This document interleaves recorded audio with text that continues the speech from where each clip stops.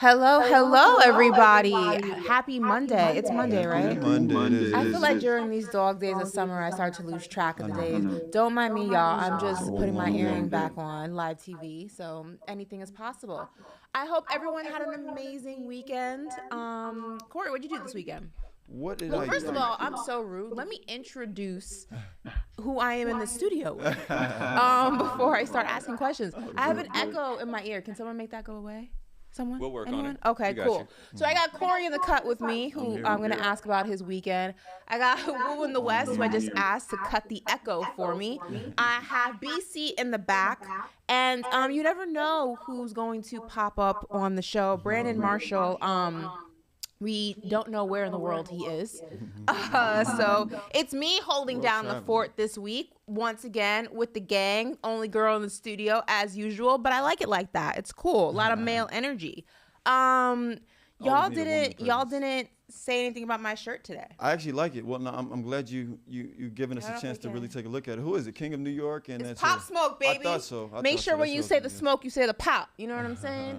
Rest in peace, Pop Smoke. It is a dope shirt, Yeah, Brooklyn, one of the I don't want to talk about it. It's gonna make me sad. Let's go into something else. Let's go to something else. I know. Well, look, I would say at the end of the week last week, we saw some major trades take place. So we're gonna talk about that a little bit later. And the NBA draft took place too, and we saw a couple names go to some new teams. So we'll talk about the NBA draft a little bit later. But let's talk about the news of the day. How about we start with some culture? Last night was the BET Awards. I'm going to be completely honest with you, Corey. You didn't catch it? I didn't watch a single minute of that. No. Didn't even know it was on. That's hilarious. Yeah. I didn't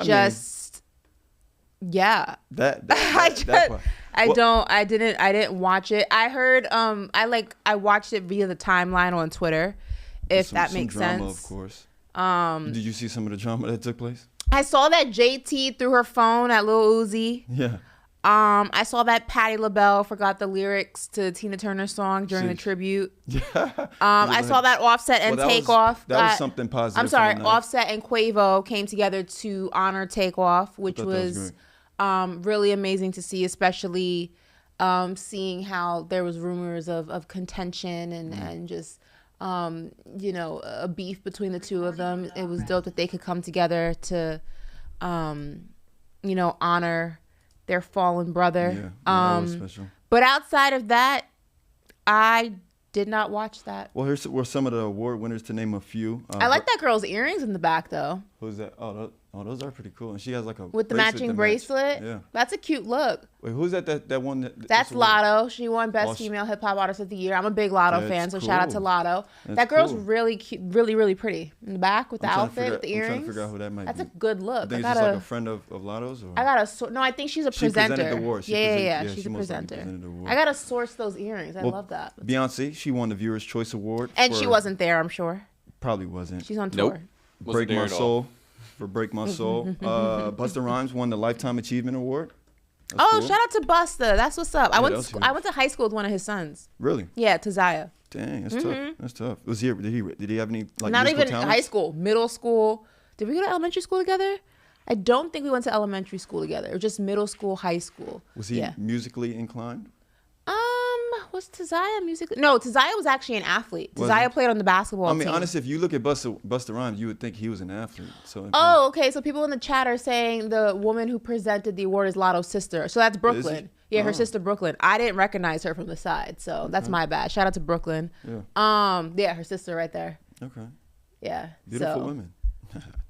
Why? What was with the laugh after that? That was a weird. That was a creepy kind of laugh. I'm like, it just runs in the family because I'm a big fan of Lotto and the sister. But what was the laugh? The laugh was weird. The laugh was me admitting that those were two beautiful women. Did you hear the laugh, Woo? Yeah, I heard it. It was like methodical. Like what was the? He said beautiful women. I hate men. Hey, listen, moving on. Burna Boy, Best International Act. I think that was well deserved. I like him winning that. Yeah, I think he had a great year. I mean, Thames could have won too. Thames had a great year. You're right. I would have been mad with either winning though. That's a good one. But yeah, BT Awards. Maybe we can watch like the rerun of it. Catch the rerun. All right, but moving on. Well, so this is some good news for Davante Adams. assault charges against Raiders receiver Davante Adams dismissed. I don't know if you guys remember, but it was the October win against it. Well, no, excuse me, it was a loss for the Raiders against the Chiefs, where he pushed over. His name was Park Zebley. He was a freelance photographer working for Monday Night Football that night.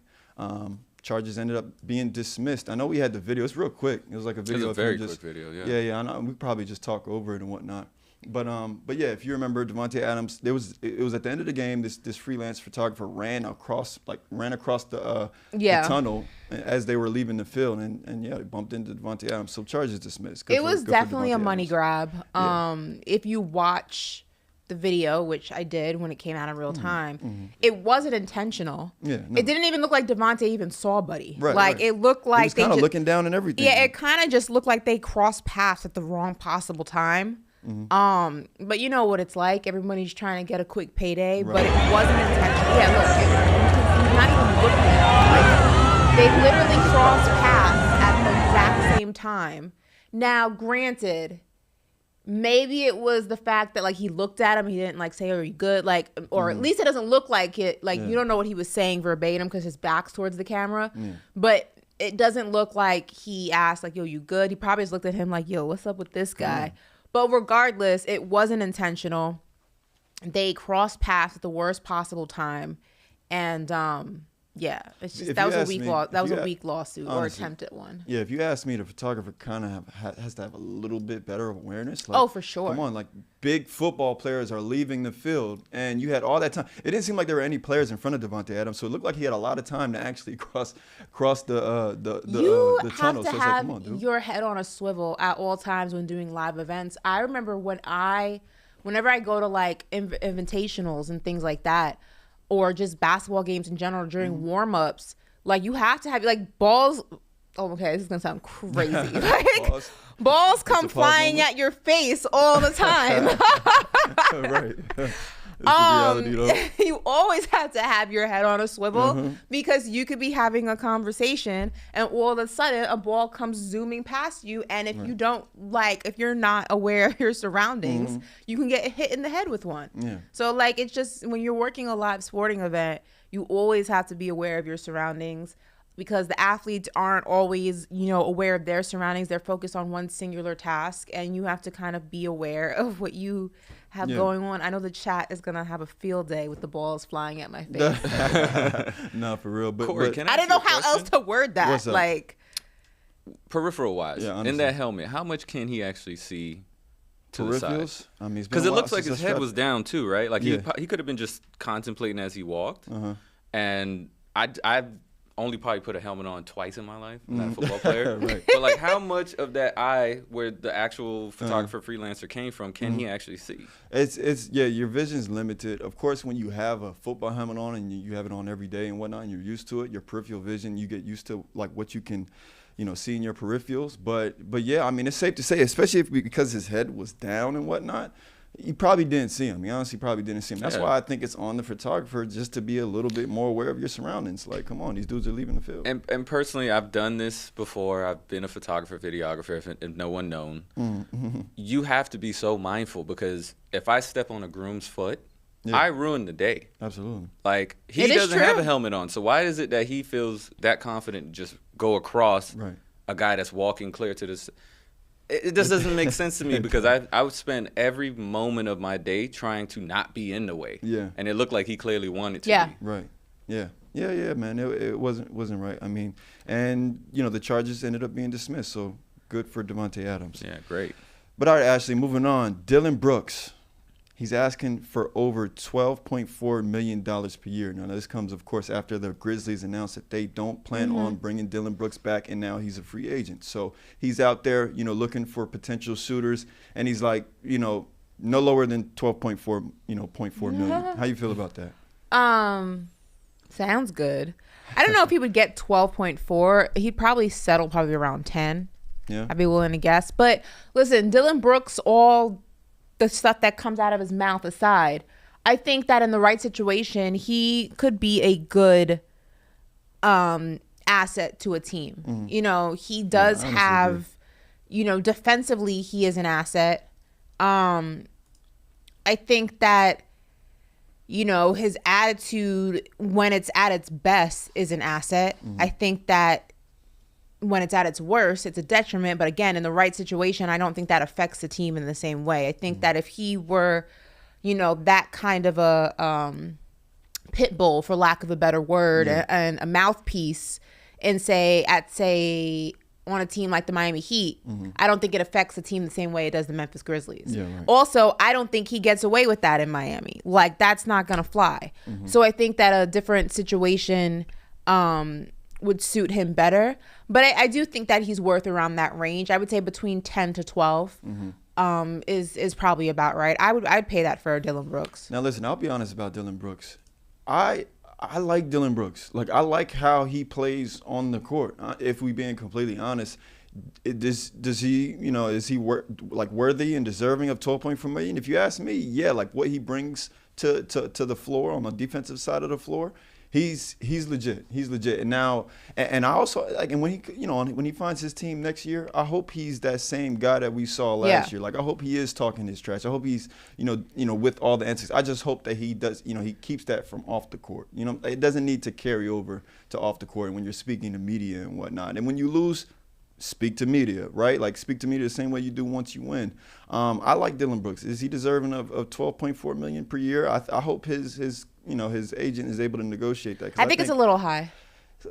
Well, just so you guys know, he did make 11.4 last year and was also second team All NBA.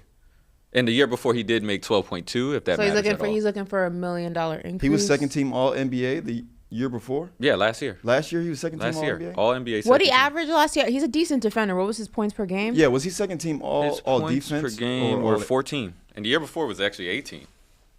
He might have been first team, like That's second team All defense. That's about right. 11.4.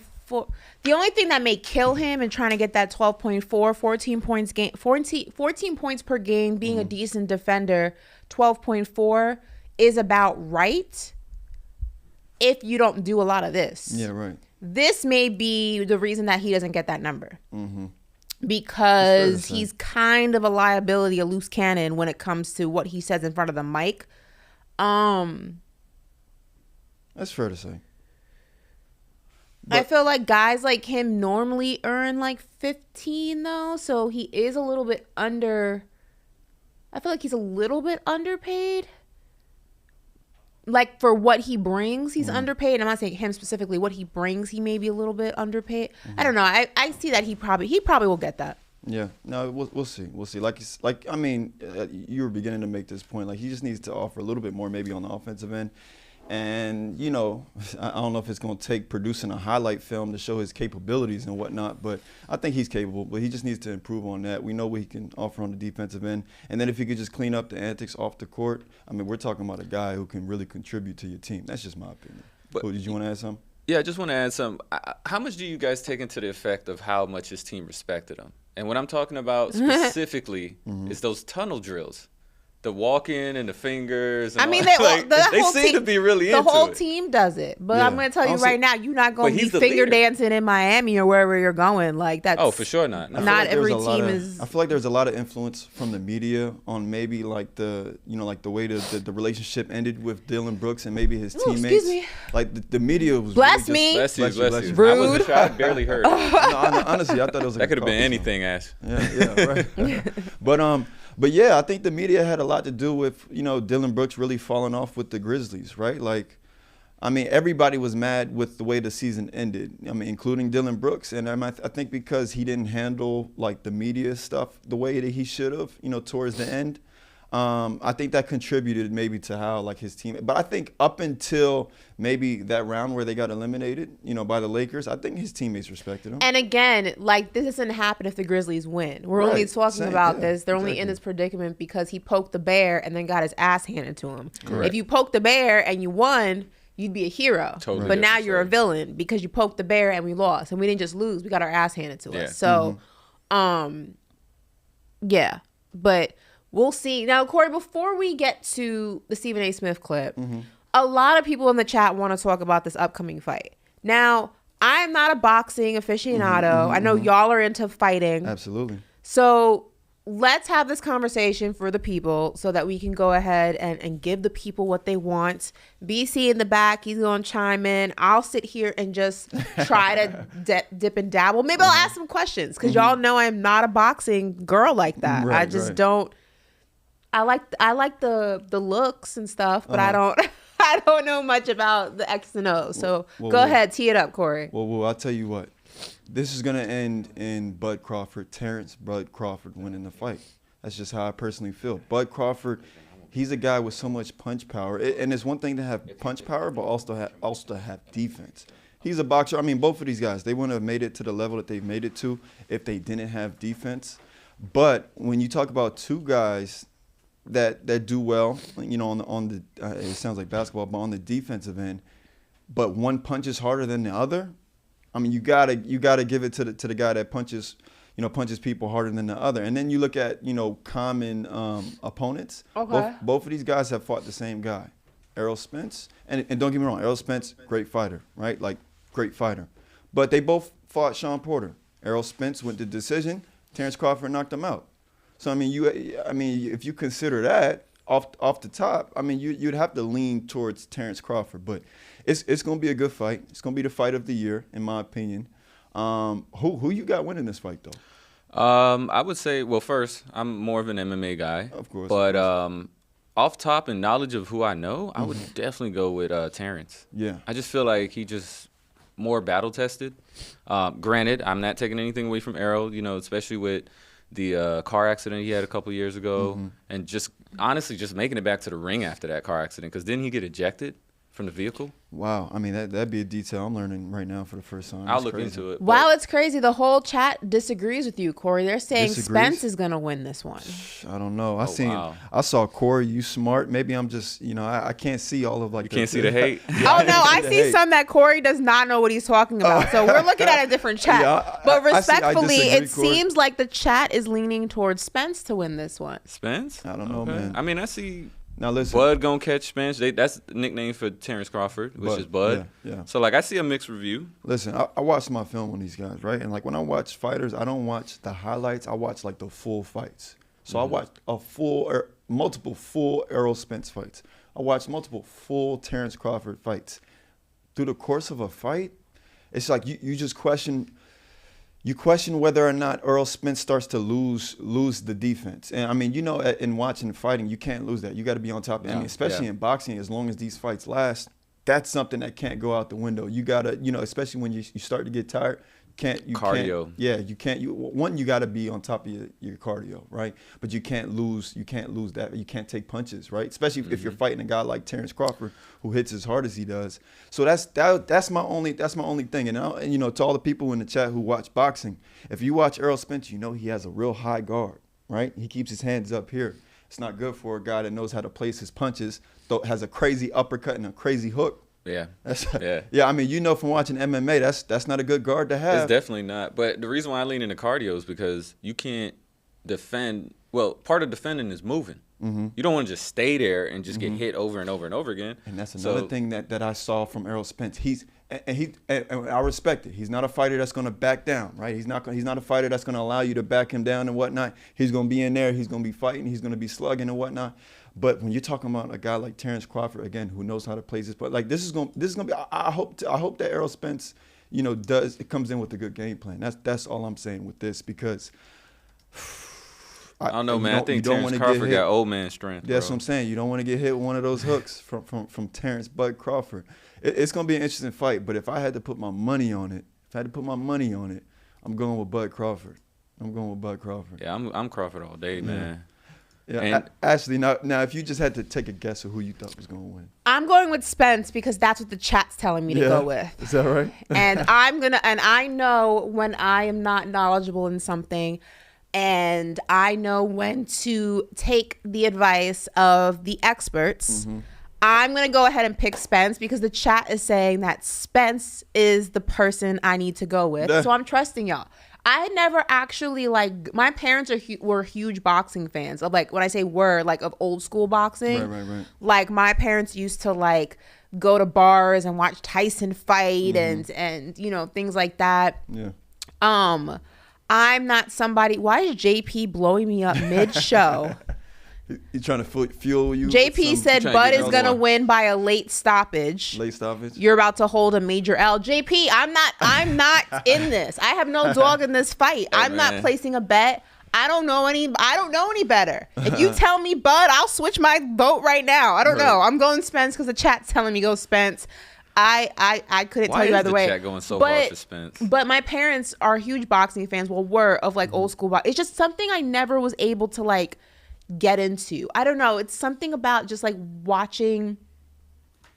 I don't know. Like I really say the only, like I watch the big fights because it's like what's on and everyone's talking about it and there's like fight parties and stuff like that. It's hard for you to really get into it though. But I don't like follow it religiously. I'm a casual boxing watcher.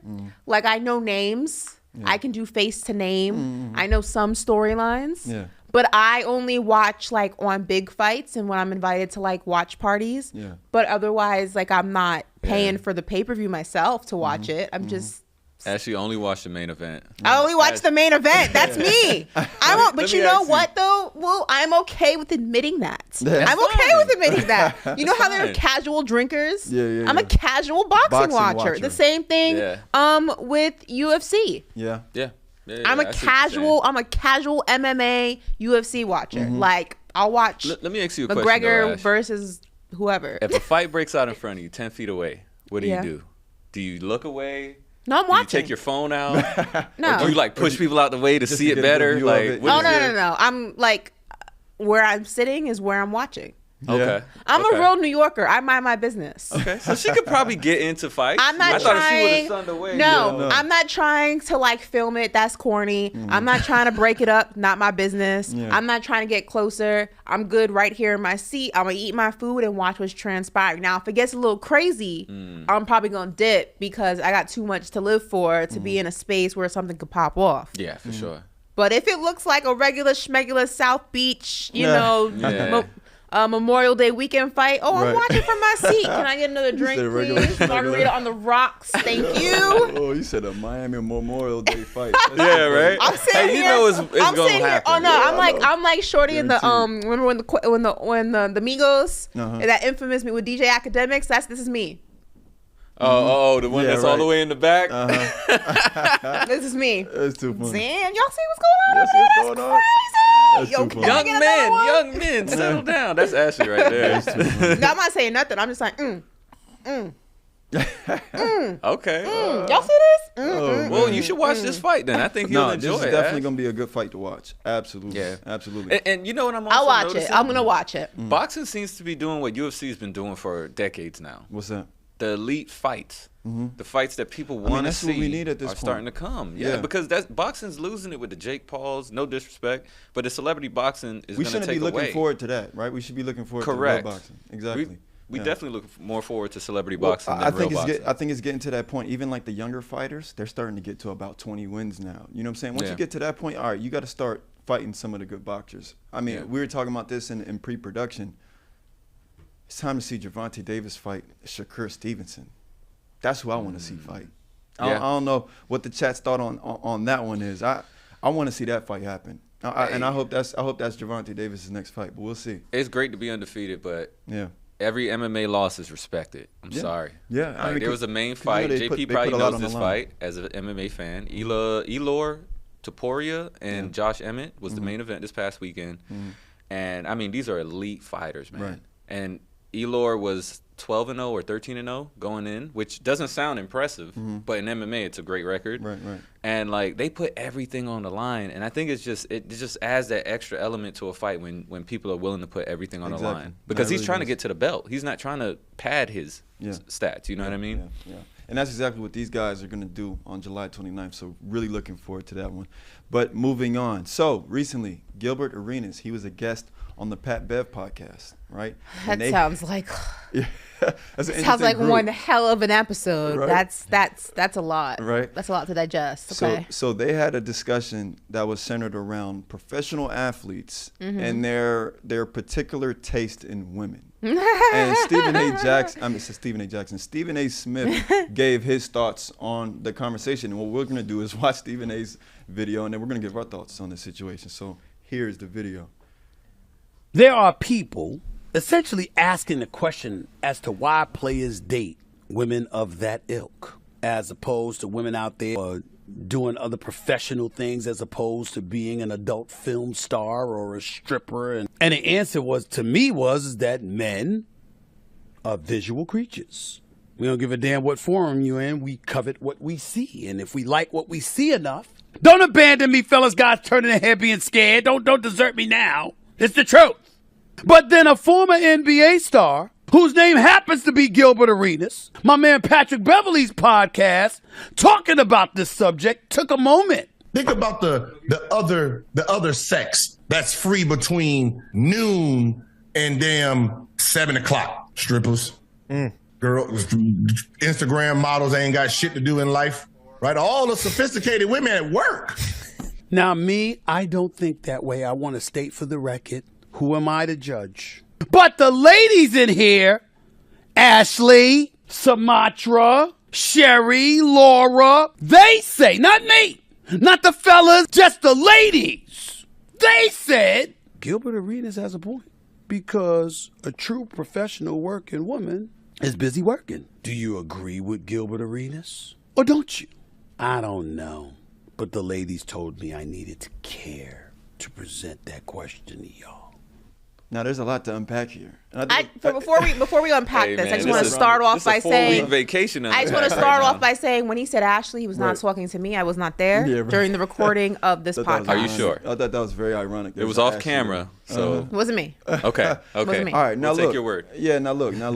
Now, where should we start? Right? Should we start with like the particular women that the professional athletes tend to gravitate Corey, towards? I got this for you. Let's start with Ashley's opinion first. Yeah, right. We are two men, so let's start with Ashley's opinion first for the chat eat us up. Right.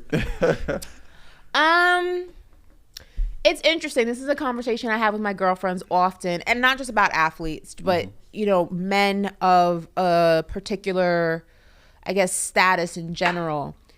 But specifically, I think it applies more to athletes and entertainers than it does to like hedge fund guys. Okay.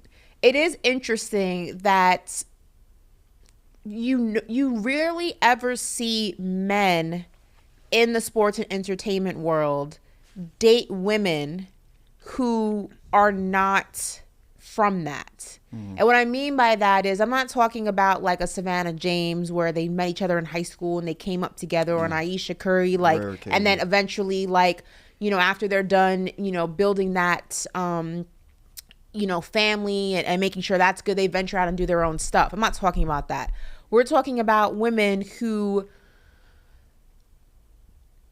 don't seem to have anything going for them besides their outer appearance. It seems as though it's easier, and this is what I think it is. I think it's easier for men, when we're talking about athletes and rappers and things like that, to date those women than to date women who have careers. And I say that why? I say that because when you're dating a woman who has a career and has an education and has things going for her, you have to work harder for her. Yeah. It's not, you can't Explain. Meaning you can't impress her with the things that maybe women who are more superficial are impressed by. Trips aren't going to do it. Materialistic things aren't going to do it, because they can afford those things themselves in some way, shape, or form. Maybe you can elevate what they can get for themselves, but in some way, shape, or form, they're taking care of themselves. They're paying their own rent. They're paying their own car note. They're buying themselves things. They're, going on trips with their girlfriends themselves, and they don't need you for that. Maybe you're doing it at a different level than they are, depending on where that woman is financially, what her job pays, but she's doing it for herself. So that requires you to come to the table with something else. Who are you as a person? Exactly. What do you communicate about? What are you interested in? What's your family like? What do you want to do with your future? Are you compassionate? Are you intelligent? Are you a conversationalist? And I think a lot of the times men of a certain status are accustomed to getting things easy because they've never had to work hard. Think about it. If you're I'm not going to use him because that'd be a bad example. I'm not going to say Zion. That's whatever. If you're a LeBron James, right? And LeBron's happily married, so this is not specifically about him. But if you're a LeBron James and you're on every TV screen, you're one of the biggest athletes in the world, you don't have to work hard for women. They come to you, and a lot of them are willing to do whatever it takes to be with you. So if you meet the anti that, and you're accustomed to only having to deal with the women, it's like, all right, I throw you a Chanel and now I own you. Right. When you come across a woman who's like, that's not good enough for me. Like, I don't give a damn about your Chanel. Like, you didn't text me back for 3 days. Like, some men rise to that challenge and like, oh, I like her. She's different. And some men find that to be an annoyance. Like, do you know who I am? I don't got to work this hard for a woman. Why the hell you think I'm going to work this hard for you? So it depends on the man, but I think a lot of it has to do with ease, the path of least resistance, than anything else. Yeah. That's how I feel. No, I mean, you make great points there, right? Because when you're dealing with a woman that has something going for herself, like you said, that can satisfy all of like those materialistic, superficial needs and whatnot. You're now challenged to be a better man, right? Exactly. Like you're coming home not to just have somebody just to be there to just kind of like fill in that time off the court and whatnot. Like no, you're coming home to somebody who again is going to challenge you to be a better human being and whatnot. And some guys don't want that, right? Like they don't want to accept that challenge when really that's what we should be doing as men, right? We should have a woman that should challenge you to be a better man day in, day out. But you should want that at least. Exactly. But we see that guys, they settle for, the sort of women that we see, pop up on social media and so on and so forth. It almost feels like this should be, and I hate to put it this way, but it's almost like a timepiece, meaning that like, let's say I'm an athlete, I'm 21, and I'm not ready to settle down. So it's like I go through these motions of dating these different women, but you have to be able to remove the emotion and attachment of this is my woman. Yeah. Because you have to understand it's a time. She's enjoying her life. She's doing what she can do right now. You're doing what you can do, and y'all happen to meet in the same room. So now it's almost like a contract, But it sounds, honestly, when Gilbert was talking, it almost sounded like he was upset, like he fell in love with someone, and then they crossed him, Well, so I think what happens a lot of the times is, especially when you're people seem to equate looks. People fall in love with the outside package a lot of the times, and I equate this to a lot of, let's be honest, a lot of athletes, a lot of entertainers, once upon a time, were not what they are now. And what I mean when I say that is, a lot of athletes or entertainers were dorks in high school, or they weren't getting the girls that they're getting now, that they have the name, the recognition, and things like that. Some people get addicted to that. Some people love that all of a sudden the women they used to fantasize about are now the women in their DMs like, hey, or liking their photos on Instagram. And some people get addicted to that. Yeah. And they're unable to differentiate the real from the fake.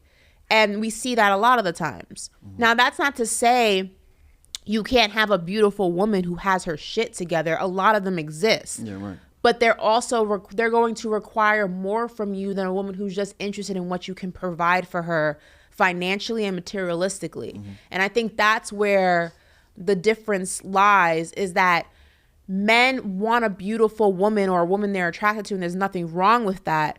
But I think that when it comes to women who require effort from them, require them to be better, require them to maybe think about other people more than themselves, require them to, maybe see things from different perspectives, require them to be more considerate, to be more compassionate, to be, more understanding, to be more of a partnership, things like that. When you're accustomed to not having to work that hard, it's a pattern you have to break. And some people don't break it. And some people, when they get older, are like, you know what? I'm tired of having these superficial, empty relationships. I want a woman with substance. I want a woman who's not only beautiful, but she has X, Y, and Z. And yeah, she sometimes doesn't deal with my shit, but it's because she really wants what's good for me. And this is what we can build on this.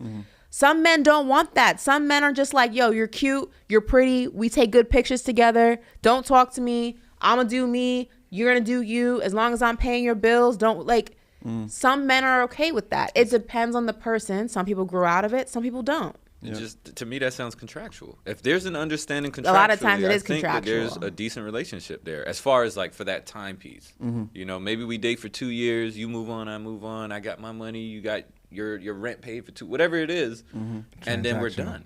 It's transactional. Like remove the emotion, and I think you're good. And then when you get to that stage in growth, then you can actually, you know, elevate to a relationship that you know is that back and forth. It's that. I want to get y'all's thoughts on this though. I come across that issue all the time with dating. Go ahead, Corey. Well, I feel like this is like a misconception with maintaining a good relationship, right? Like people believe that like once you find your person that it's just going to be easy, right? I say it's like a misconception because the reality is to maintain a good relationship, I feel like you have to be disciplined in maintaining yourself, right? And making sure that you're the best version of yourself every single day in that relationship. And the reality of it is that, you know, you should be wanting to improve every day. And that's something that's not easy per se, right? It's just like relationships. There's always room for growth in a relationship. But I don't think people want to realize that might not be the easiest thing. Like that, it might not be easy. It's like being in a healthy relationship.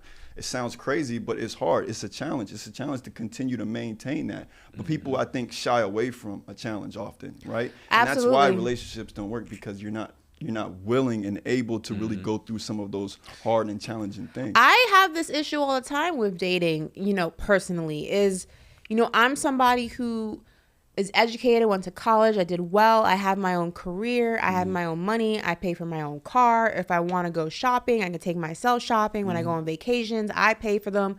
So from a financial standpoint, yeah, you can buy me a gift and it'll be appreciated. It's not like if you hand me a Chanel, I'm going to be like, I don't want it. Right. But you're not going to get my soul for it. You're not going to get me to lower my standards. You're not going to get me to, you know, turn away from my morals because you bought me a Chanel. Because at the end of the day, I don't need you to buy that for me. If I want to get one, I can go get one. So while it's nice to have somebody financially who can either take care of you or spoil you every now and then, it's not, you know, women who don't need it it's not gonna be enough for them. Women who don't value those things and put them on the top of their list of priorities it's not going to be enough for them. For me personally, I've had guys who I've gone on dates with and they thought that taking me out to a nice restaurant and whining and dining and all this stuff was enough to like get in my pants. And I'm like, skirt, we just met. Yeah, right. Like, I don't know you from a hole in the wall. Like, you taking me out to dinner and whining and dining me is part of courting me. That's what you're supposed to do. That doesn't mean that you get anything from me in return. You're supposed to be doing that in developing something with me. If you're doing that because you think you got to do the bare minimum, I'm the wrong girl for that. Yeah. And I think that a lot of, especially, and I don't think it's just athletes, I think men across the board, because social media has made it so easy to dispose of people, that if you come across a woman who requires you to do a little bit more and put a little bit more work in, most guys, if able, and they have enough girls in their DMs, like, it's too much work. I'm going to slide in this girl's DMs. I'm not even dealing with you no more. Yeah. So you lack relationships of substance. And I think that's the sad part, because I think when relationships are built on real foundations, they're amazing. Exactly. They're incredible. Yeah. Exactly. Like, if you ain't willing to see me at the bottom and be with me there, I don't think I want to see you at the top. Yeah, man. You know? Like, I think you got to go to the bottoms with me. Hopefully we don't have to, but I'm just saying, like, that's I'm glad I ain't in this generation of dating pool. So like, I'm happy ain't fun. Where I'm at. Me and Corey out here in these single streets. Y'all struggling out here. It ain't fun out here. It's DMs and missed calls and. For real. I like casually have like ventured here and there. I don't know about you, Corey, but like I've casually ventured here or there into like dating. I guess they're called apps. Yeah, dating apps. Dating apps. Mm-hmm. They're terrible. Yeah, no. Like, I download it for like a week, and then I'm like, I can't do this. I can't do it. I can't do it. Like, I just can't. You might have to wipe your phone clean after you download that I can't do the dating apps, like the DMs. I probably have a bunch of DMs that I don't even, like, for all I know, my husband's probably in my DM somewhere, but I'm so, like, numb to the whole DM thing that I don't even open them. Would you prefer a real life meeting? Yes. That's literally what I was going to say. Yes, I would. But I mean, I'm asking only because we do live in a time where that's practical. prevalent. Like people actually DM before they even meet you. I hope mine happens like the old-fashioned way. If I'm being honest, like you just walking backwards, bump into the like Starbucks. Was this yours? I'm so sorry. Y'all get the same drink. Line, like an item falls on the floor. I pick it up. Corey, that's so rom-com. You know what I'm saying? Like I really want it to be like a rom-com movie or something like that. But you know what? Like I feel like even if somebody were to approach me via DM. Like I've dated guys who like have slid in my DMs, but their energy in person was like it was weird, right? No, the energy in person was they came at me with even better energy in person. Well, so I'm not saying you can't meet people via DM. Yeah. But if you're gonna meet me DM and then like half-ass our meeting in person, it's like that's. I wouldn't even want to be Ashley. To sift through those DMs, no, they're like bros. To find one decent guy must be like. I'm like really like I'm so numb to DMs. I've gotten some DMs that are just like things that I didn't ask to see. If you catch my drift, and it's just like it's a lot. No, it's a lot. It's not. That's what I was thinking. It's not even funny. It's honestly not even funny. DMs is like toxic energy. I couldn't imagine. Yeah, I couldn't imagine. It's just toxic energy, but. Yeah, it's not even funny. Yeah, me and Wu DMs dry. We good. Yeah. All right, how about we talk about some sports? Right. Y'all want to talk about some sports? Yes, please. I think the audience might want us to. Yeah, relationship talk for the day. Well, like I said at the top of the show, we saw some wild trades take place last week. It was like literally right after we went off air. But one of the first that took place was the Washington Wizards acquiring Jordan Poole via trade from the Warriors. So that the full details of that trade, the Warriors receive, of course, Chris Paul. Wizards receive Jordan Poole, a 2030 first-round pick, and also a 2027 second-round pick. Ashley, you think Washington is a good situation for Jordan Poole?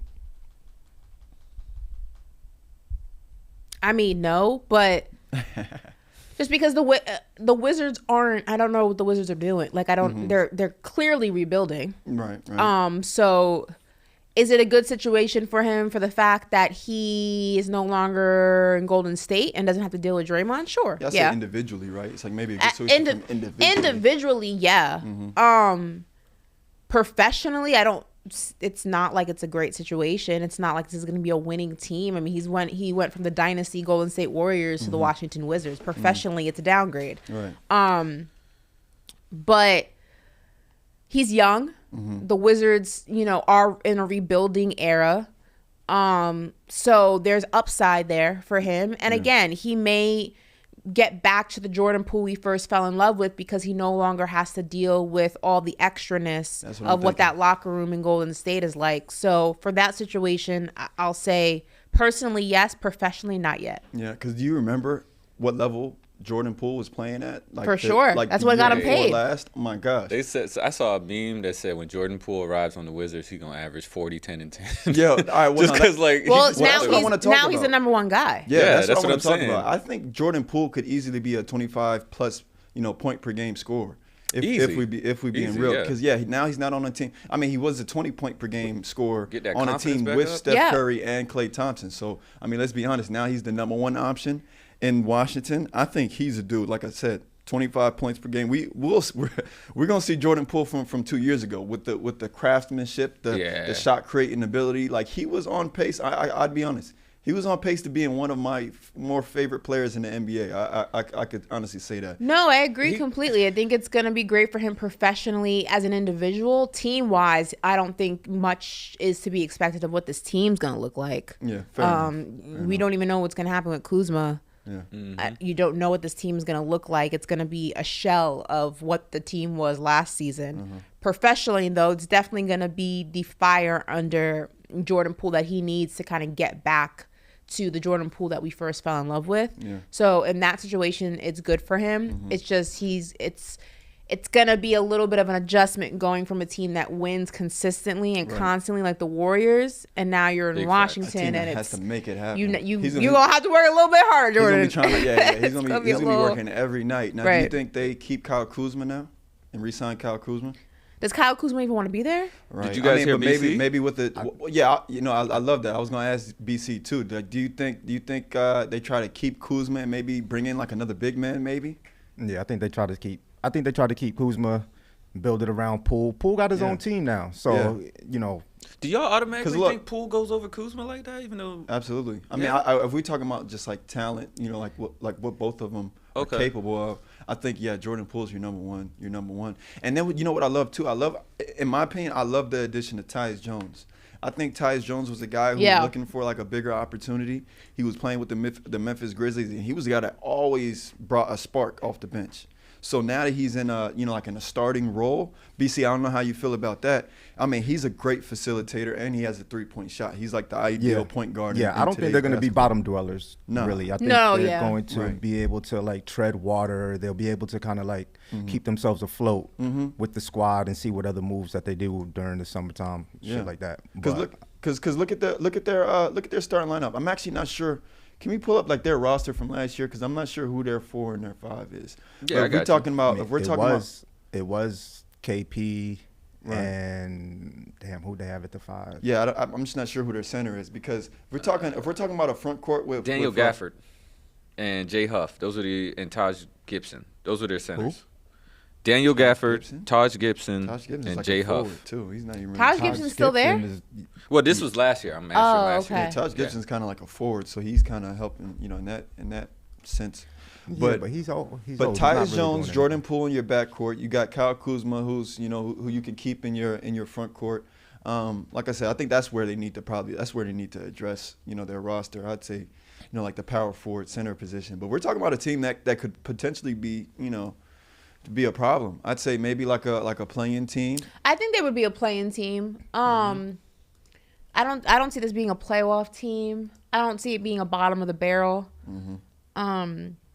It's going to be interesting though because they run the risk of being in a problem where they're not going to be bad enough to get a lottery pick. Yeah, right. But they're not going to be good enough to be a contender. Being a middle of the ground team sometimes is the freaking worst because it prevents you from building through the draft. Yeah. So it's gonna be interesting what the game plan is from that perspective. Like, how are they going to build this team out when I personally believe they're not going to be bad enough to get a lottery pick? Yeah. Well, they owe us a pick though. That is true. And who's us again? I think the New York Knicks. The New York Knicks. New York Knickerbockers. You owe us a pick, beloved. So that's one less in your chamber. Yeah. So it's gonna be interesting how they are able to combat that situation. Yeah, like how do you build when Jordan Poole's taking up $32 million a year, 34 by the end of his you have contract. to re-sign Kuzma because Kuzma's asking for some more. I'm not sure what Tyus Jones's contract looks like, but they need to address the front court. So But I want to shift gears to the Warriors. Let's talk the Warriors now. Do you think it was the better move? Do you think this is the right move to move away from Jordan Poole as opposed to Draymond Green, Ashley? Yeah, I mean, I think you had to keep that group together. And we said this. I said this. I've been the big three, right? Yeah, I've been saying this. There was no way you could keep Jordan Poole and Draymond together at this point. Maybe if they were able to win, you would say, okay, yeah, they hate each other, but they can play with each other. And that's the most important thing. Y'all don't have to be buddies. Y'all don't have to be best men at each other's weddings. But you can play, you can win together, and that's all we care about. Do I really look like him? It became evident. No. Yeah. Stop it. Yeah. Steph you Curry? cut out the I didn't mean eyes to cut you off, but and the do nose. Really I say do yes. Really look like, bro? No. You Why? don't Because think you're so? light. You don't think I look like because Steph? he's light fade. Like I get that. turn this way. Turn this way, Corey. We're gonna go back to the graphic. Yeah, and then let's go back to the graphic. All right, He boom. does We got not Corey. look like Steph Curry. Oh my! Like, come on. Hey, that looked kind of crazy, didn't it? When it Maybe if he didn't have the fade. I'm not when he saying come back. visually, but like if you take his eyes and nose out, I think we got a chance here. I want to hear what the chat say. I mean, I'm sorry to cut you off. I couldn't. Stop it.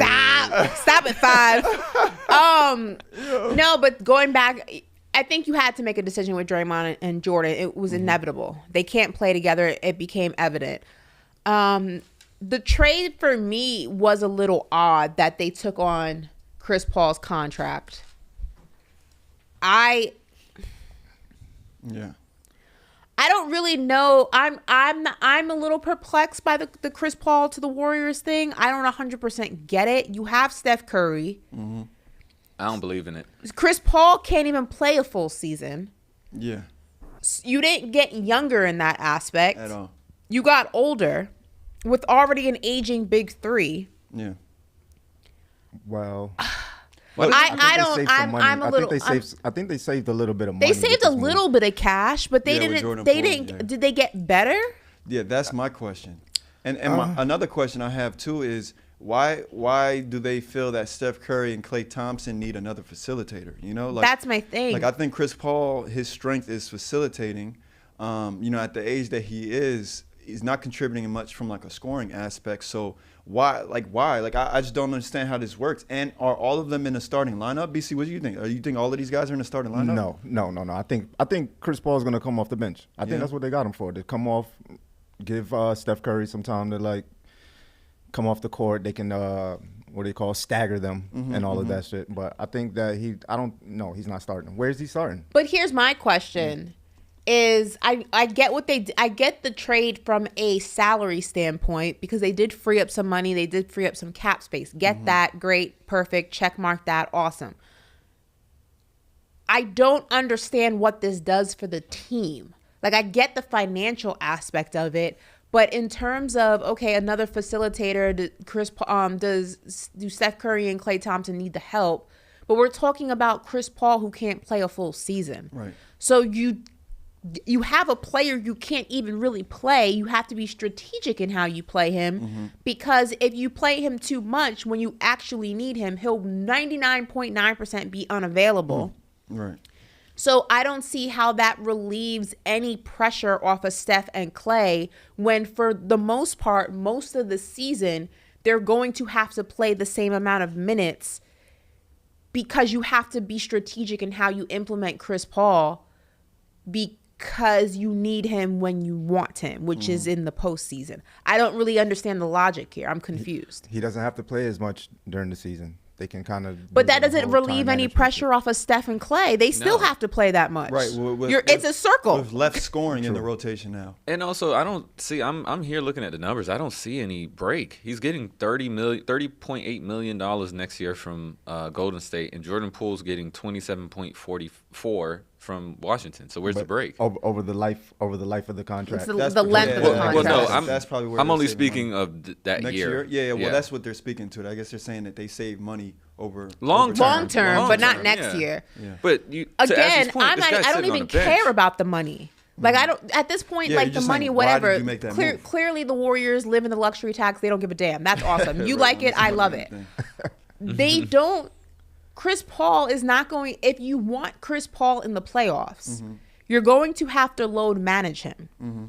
So that to me means that you did not benefit Klay and Steph during the regular season at all. And like you said, you left them with now less scoring that can be implemented night in and night out because we keep talking about the Chris Paul thing, which is it's a real situation. If they got Chris Paul with the intent like we don't need him until the playoffs, okay, great. But now where's your additional scoring coming from? Because Jordan Poole's gone. Yeah. Jordan Poole had a terrible year last year, get it. But Jordan Poole still at his best gave you 20 points per game. And he could play every single night or every other night. And he's mad young. Chris Paul can't do that. Right. So now where are you filling that gap is where I'm confused. Look, let me present this hypothetical for you though, right? Because on the Suns it made sense, right? You want Chris Paul in the game to close the game because he has the experience and whatnot. He's a good facilitator, but that works with the lineup that the Suns have because you just got two natural scorers in Devin Booker and Kevin Durant. But you look at this Warriors lineup, it's Steph Curry, right? Another point guard. So he's somebody who absolutely needs to be in at the end of the game and bringing the ball up, in my opinion. The ball needs to be in his hands late game. So you bring in a guy like Chris Paul, he's typically a guy you would want to use at the end of the game. But if you look at the personnel on the Warriors, he's sitting on the bench, if you ask me, at the end of the game, in an end-game situation. And this is why it doesn't make sense. When this happened right after last week's show, and we talked about it, we were talking about, like, who's playing what? Like, this doesn't make sense. And when I think by the time I got home, they waived the trade to trade him off. Because remember, I was telling you, I think they're going to get rid of Chris Paul. Like, this is just like I forget the proper term, but like a piece in chess, to move something else. When they said they waived it, I'm like, okay, what are we doing here? You have Steph Curry, 10 years older, basically. I mean, not as good a shooter, but I don't know. I'm with Ashley. That's all I'm gonna say. I'm with Ashley. I don't believe it. It doesn't make sense. I mean, now granted, if this team is right now, currently, this team's only going to be about a 5th or a 6th seed because they lost a chunk of scoring. Chris Paul's not going to play every single game. He's not. So if they're banking on the fact, okay, whatever, 5th, 6th seed, we get Chris Paul back for the playoffs, I guess it makes sense. But in terms of... Would you trade a piece? Would you trade Klay Thompson for some pieces on your squad? No. Because Steph could play off the ball. Steph can play. He's a shooter, so CP3. I'm just playing devil's advocate here. For sure. CP3 can handle. Steph can do all the things, move around, shoot the ball. Steph is most dangerous without the ball in his hand, though. He is. Which is why it also doesn't make sense that you have Chris Paul and you can't use him as a facilitator on the court with him because he can't play a full game. He can't run that fast. He can't play. Well, all right. If like you said, if we're playing devil's advocate and Chris Paul is in the game, you guys make a good point. Like Steph Curry is dangerous, without the ball in his hands. Right? That's when he's his most dangerous. Of course. But I feel like at the same time, though, like you're missing out on a lot of scoring opportunities without him really controlling that offense, though. You know what I'm saying? If you add another point guard into that equation, it's just like sometimes Chris Paul might not be looking to get the ball to Steph Curry each time. Maybe he wants to incorporate Andrew Wiggins. I feel like he'll just potentially mess up that dynamic on the Warriors. That's just my opinion. Well, he's there. Because I feel like I know, right? It's already too late. Well, I wanted to ask you guys also, like, do you think that the Warriors might potentially trade him off? Yeah.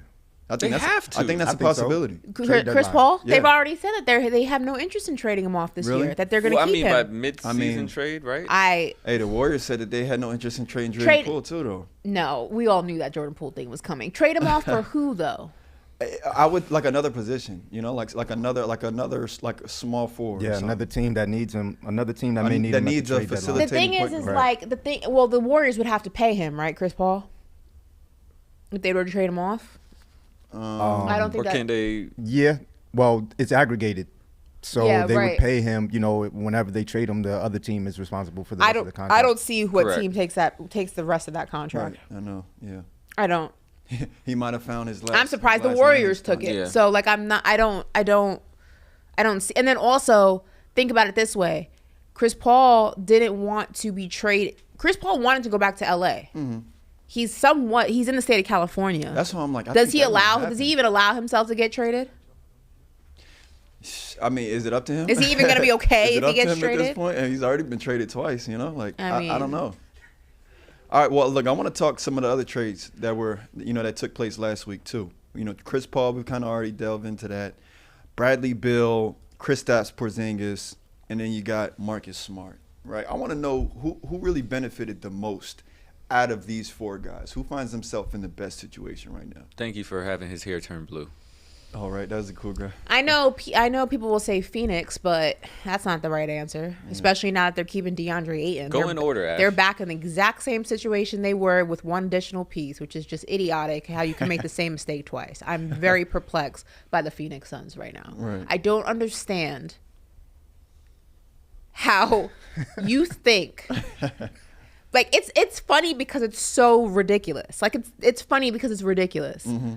How the hell did you think that Devin Booker and Kevin Durant with no bench was going to win a chip and say, let's rectify this. Let's bring in Bradley Beal. Let's keep DeAndre in and still have no bench and run it back. You're literally taking Bradley Beal and putting him in Chris Paul's place, and you have the exact same starting four. Well, minus one more. Obviously, it's a starting five. You have the same big four or big three plus one that you did last year, still with no bench. Yeah. How the hell do you think that's going to work for you? You're in the exact same situation. Wasn't there a team that destroyed their picks till 2030? Yeah, they have no control. Phoenix, right? Yeah, it's Phoenix. That's crazy. They got 7 years to get a pick. It's insane that they made the same mistake twice. Mm-hmm. Yeah, they definitely I gave them the benefit of the doubt because I was like, you know what? If you flip DeAndre Ayton, you can get some depth there. Absolutely. Right. Because Bradley Beal, Kevin Durant, Devin Booker is a nice little solid big three. Mm-hmm. if you can take DeAndre Ayton, flip him, and get some players in return, you have depth. That's what's up. Yeah, I don't know what the logic was behind keeping Now the report comes out, we're going to keep DeAndre Ayton. You are literally in the exact same situation you were last year. I think that's cap. Yeah. You think that's cap, BC? Yeah, I don't think they stick with Ayton. They just said they were keeping him. These teams say a lot of things. They say a lot of things. It's always a trade deadline, you know what right? I mean? It's always something. Yeah, they're telling you that because they don't want to seem desperate to get off of a player. So they're gonna tell you, we're gonna keep him. We plan to have him here long term. No, you think that creates more of a demand for a player when they announce stuff like that? Say it again. I said, do you think that like creates more of a demand for a player when they say, "No, we're keeping him. We're keeping him"? Yeah, they're playing chess. No, he still has a highlight video. It's not going to do anything. I watched DeAndre Ayton's like highlights, and he definitely needs to step it up. Yeah, he needs to be more aggressive for a center. Yeah, but I mean, who am I? I ain't 7 feet, you know. Yeah. But it just comes across as very. What's another word for soft? Just not aggressive. Just not aggressive for the position in the role that Boston, you play. Didn't we just talk about Boston doing the hype video and all of that, and then hours later trading away Marcus Smart? Yeah, correct. So well, let's talk about Boston. I want to talk about Boston right now. Will Porzingis prove to be the missing piece for the Celtics? Do you think that addition of Porzingis is going to get them over the hump and bring a title to Boston? Ashley, what you think? Is him or Al Horford starting? That's my question. No, Porzingis starting. He's starting, right? Yeah, he's starting. So Al Horford would probably be a power forward? Well, that's a good question. No, he's going to be the 5 I probably. just don't. Yeah, because I have Porzingis PTSD, so like I may be the wrong person to ask. I just don't. I don't see how this works. I don't see how it makes them drastically better. I see from a scoring standpoint, from a rebound standpoint, he can be on the boards. I see all that. The man doesn't play defense. Yeah. I know that firsthand. I'm not saying this because I'm a casual KP watcher. I lived this. It was my life. Yeah, you're not making it up, huh? I've experienced this. I know him well. Right. He doesn't play defense. So I don't see how this makes them a championship contender. Mm-hmm. Does it make them better? Yeah, because you do have now another scorer, you do have rebounds, you do have someone who get those boards. He's also fragile. So if you can get him for the entire season, that's incredible. Yeah. I'm willing to bet you probably won't. He misses a good portion. He misses a good portion. One thing about Al Horford that you can depend on is his commitment to the defense. And his availability. Those are two things that you don't get from Kristaps Porzingis. So you traded those. Al Horford's still there, but you basically gambled those two things for points per game, which is great if he's playing. Yeah, right. I personally don't love the trade. I don't get it. I don't really think it makes them drastically better. I personally don't think it's what they needed. I would have preferred to see them go after a point guard. And I know people say, they have Malcolm, what's his last name again? He wasn't included in that trade. That's right. What's his name? Brogdon? Malcolm Brogdon. Yeah. Okay, but he's not the point guard I'm referring to. He's not the starting point guard. He's not the point. Derek White is not the starting point guard I'm referring to. I don't understand how they didn't go after that. Yeah, that's my confusion. That's what they needed here. All right, well, let's talk about a team that was involved in that trade, and that team is the Memphis Grizzlies. I want to know, with a healthy Memphis Grizzlies, are they a team to watch for next season? We're talking about a healthy Steven Adams, right? A Ja Morant. Once Ja Morant's back in the rotation and back from suspension, we're talking about a Marcus Smart. I think this team could be a problem because if you really look at it, they just replaced Dillon Brooks with a Marcus Smart, who can really contribute on the offensive end of the floor. That was probably the one thing that Dillon Brooks lacked. So you basically and they're just as good on the defensive end of the floor, Marcus Smart and Dillon Brooks. So you just added scoring. We're talking about a team that was the number 2 seed in the West last year. I think the Memphis Grizzlies might be a problem with this addition of Marcus Smart. What do you think? If they can stay out of their own way. Yeah. Remember, he was depoy 2021-22. Yeah, that's what I'm saying. Like, and then you got Jaren Jackson. I forgot to mention him, Jaren Jackson. He just won Defensive Player of the Year. If they can stay out of their own way, if they can mature, yeah, they'll definitely be a problem next year. They definitely got better. I mean, Marcus Smart is and I think that's a great guy to bring into the locker room. Marcus Smart is level-headed. He's a true vet.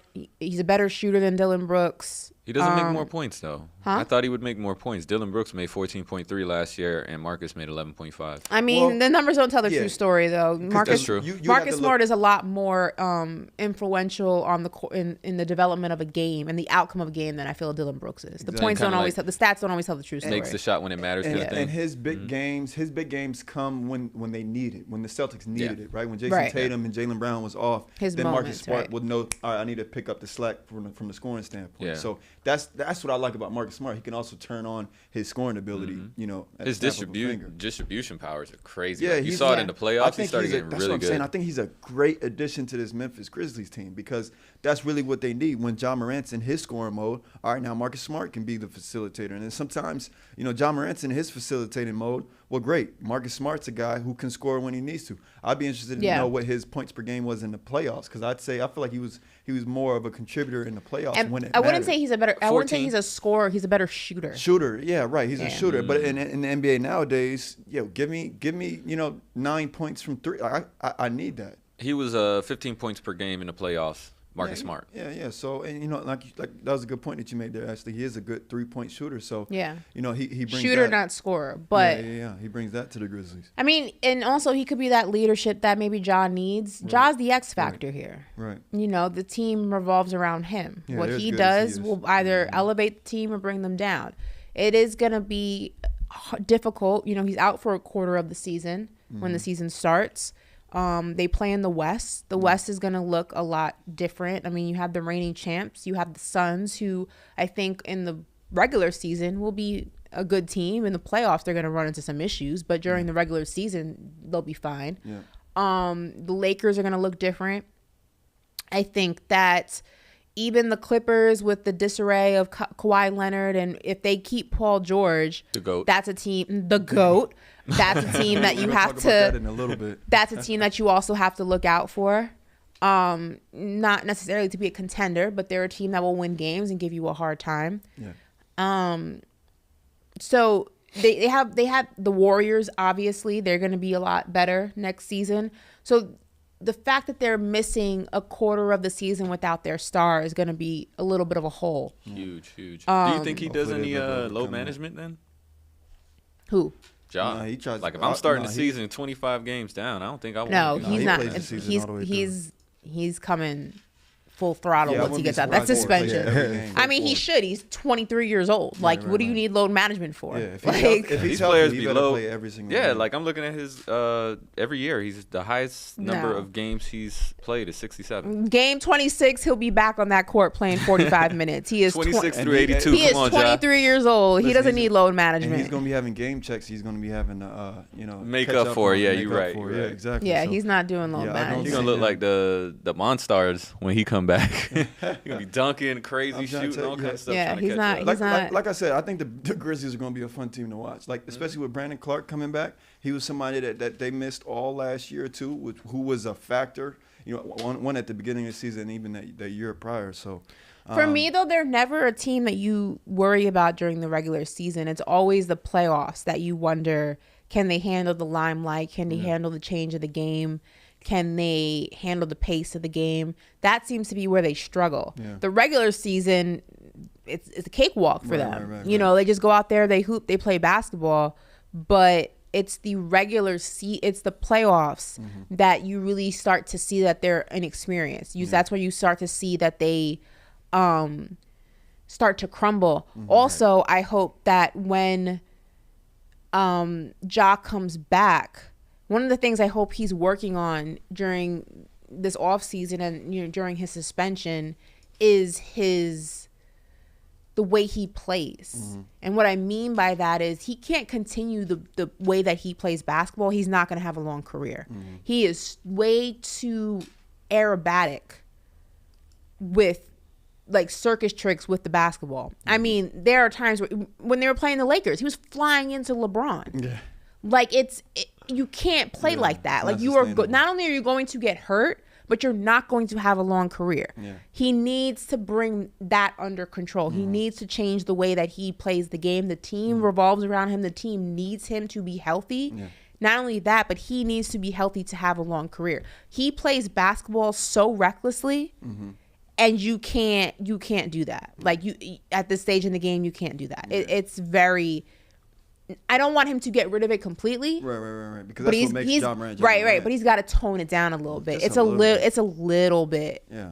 Over the top. Exactly. For the sake of bones ain't made out of rubber band, bro. Yeah, man. Something's gonna happen. You keep doing. What was the play where it was during the Lakers game and this was already? Remember, his hand was already messed up. Exactly what he went flying into LeBron, and if LeBron moved, it was over for him. Yeah. LeBron ate it. Yeah. Pause. Yeah. Pause. Is that a pause? Yeah. That was a pause moment. Okay, whatever. I don't think so.